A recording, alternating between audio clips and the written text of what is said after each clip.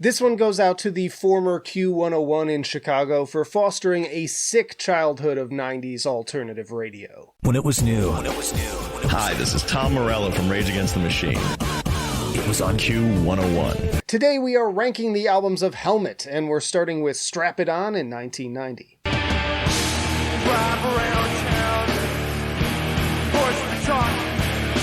Quite the record here, and definitive of that beautiful time where groups like Nine Inch Nails were starting to take over all forms of popular media. Those drop D staccato riffs and violent vocals are just so primal. Their band name actually comes from guitarist Peter's then wife suggesting the Germanic name Helmuth with a TH, but then Page Hamilton misinterpreting that as Helmet, which he just thought sounded cool. The entire record was reportedly recorded with just $2,500 with Wharton Tears co-producing. Arguably their most metal record with just how aggressive things sound, but with plenty of noise and post-hardcore elements as well. Great songs, Repetition, Bad Mood, FBLA, Blacktop, and the honestly kind of harrowing Fall into the Abyss that is Sinatra. Deftones actually did a really great cover of the latter that's worth checking out if you have not. The record's a little sloppy, but I think in this case that kind of adds to its DIY charm and overall edge, and so it is going to fantastic. Next up is Meantime in 1992.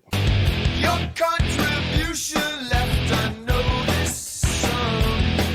The band's major label debut through Interscope Records, still super heavy but with tighter songwriting and a bit more focus over its 37 minutes. Killer opener with In the Meantime, and then following that up with more syncopated headbangers like Ironhead, Turned Out, and Better. And then of course there's the legendary Unsung, which was probably so many people's introduction to the band, even my own at just like 6 years old at this point, again hearing it on Chicago alternative radio. It was so great to hear it come up again too on Grand Theft Auto San Andreas' incredible soundtrack over a decade later. One of the biggest earworm riffs of the entire decade, if you ask me. Like, tell me to name 10 riffs that define the 90s, and this is easily near the top, right up there with Smells Like Teen Spirit. Utter classic, criminal that it only made number 68 on Billboard at the time, but it has definitely gone on to inspire so many bands in both rock and metal like Ken Mode and Fuck the Facts, and has ultimately sold over 2 million copies worldwide.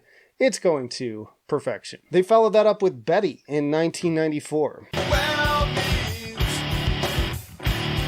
it works, I'm on your side. Rob Echeverria of New York hardcore band Rest in Pieces replacing Peter Menggette on guitar, and I like his style a lot here. It sounds great. I actually fell in love with Milquetoast on the Crow soundtrack, which I'd highly recommend in general in a decade full of great rock and metal soundtracks. Those were the good days, man. Like, you knew when you got one of those 90s cool movies there was going to be some awesome grunge and alternative and maybe some new metal as well. But all of that great energy and riffing carries over from Meantime, just with more atmosphere and experimentation. All instant hits here like Wilma's Rainbow, Street Crab, I Know, Biscuits for Smut, and Tick. Even at almost an hour, I soak in every second of this thing. It's like one of those great records where you just press play and it makes you feel like it's 1994 again, right down to your bones. My personal favorite album and Helmet's highest charting album in the US, peaking at number 45 on Billboard. It is going to perfection. Then they put out Aftertaste in 1997. All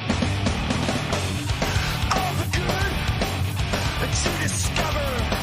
Some changes in vocals here, and also a lot of softer rock sound with not as much edge. As you heard from that sample, there's still some of it, but it's just not the same. And Rob, who had just joined for Betty, left the group to join Biohazard before this record. It's still got those 90s vibes, but it just feels looser and lighter. Still has some great grooves like on Renovation, but I don't know, it just has a little bit more of a corny boomer rock vibe to it, with a little post-hardcore for good measure. There are some solid moments here and there. Again, Birth Defect has some of those classic Meantime vibes and a seriously infectious guitar hook. High Velocity and Insatiable are also pretty good. It also ends on a fairly strong note, but mostly pretty boring and forgettable overall. And despite being just over 40 minutes, it feels twice that length. It's the last album also with founding members John Stanier and Henry Bogdan. Yeah, sadly this one is going to Milquetoast. Yo, we still got plenty more albums to go, but if you're enjoying the video, as always, hit the like button and comment below what are your favorite and least favorite albums and why. Then they had Size Matters in 2004.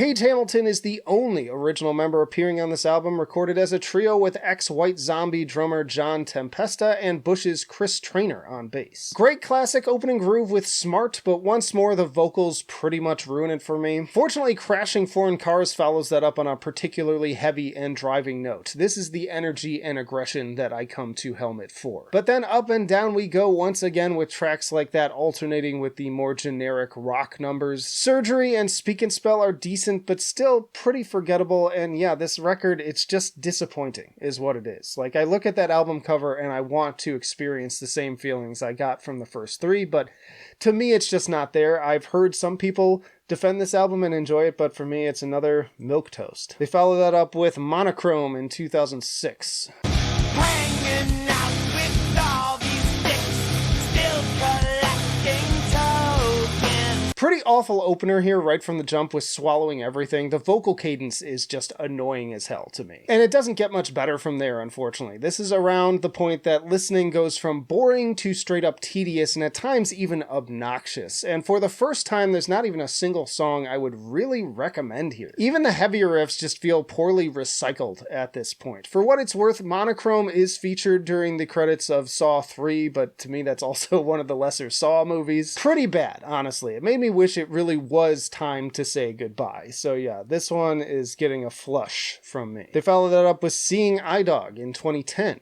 Just kicked all my vices in time for her next crisis. I could barely even get through this one. Like, it does feel a bit heavier in places, but in a much more grating kind of way. It's just loud and irritating and not headbang worthy. You know, I like me some noise. I love things like Ken Mode, but yeah, this is just not doing it for me. At this point, it just feels like I'm listening to a lesser version of Stone Temple Pilots, whose first 2 to 3 albums I actually really enjoy. The largely ambient morphing is at least a break from the norm, but it's still not particularly interesting. Weird choice for a Beatles cover too. It's gonna be a no from me. Flush this one too. Then there's Dead to the World in 2016. Pay your disrespect the way you do.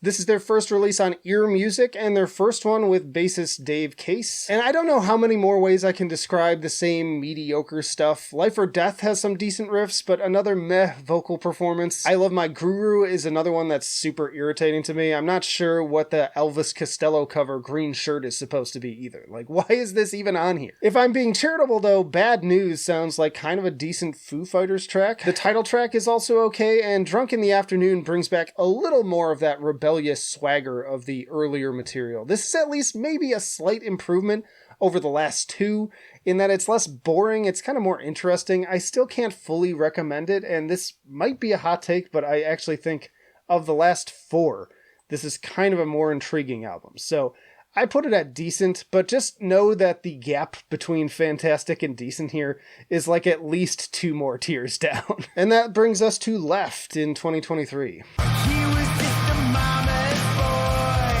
Dumb luck, you numb fuck. Holiday is one of their stronger openers. Like, I like the contrast of the almost soothing sounding first few seconds with the super aggressive verses. It's kind of pulling a little bit of a Deftones there, but like even more just harsh and nihilistic. Unfortunately, the chorus is pretty lame, but far and away this is probably one of their best singles since the 90s. From there, it gets a bit messy again. Gun Fluff is decent, but marred by another very underwritten vocal melody.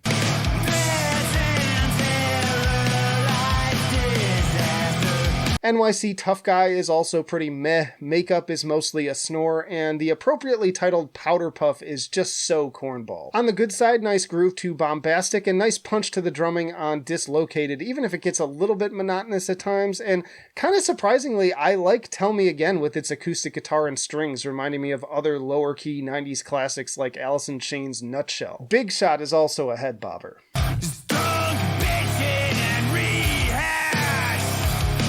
And once again, I appreciate the short runtime at just 30 minutes. It gets in, gets out. Even the stuff that you don't like, it's gonna be over pretty quickly. Honestly, on first listen, I kind of hated this album, but after circling back in the wake of revisiting the entire discography, it's definitely a pretty big step up from most of the albums that came after the first 3. I'd still recommend the new Prong instead of this, ultimately, and it's nowhere, again, near their best works. Like, again, the gap here is a chasm, but I will ultimately put it at the top of decent. Y'all check out this playlist for plenty more album rankings, and again, let me know down in the comments, how would you rank these albums? What's your favorite? What's your least favorite? Where do we agree and disagree? But that'll do it for now. Flight of Icarus signing off.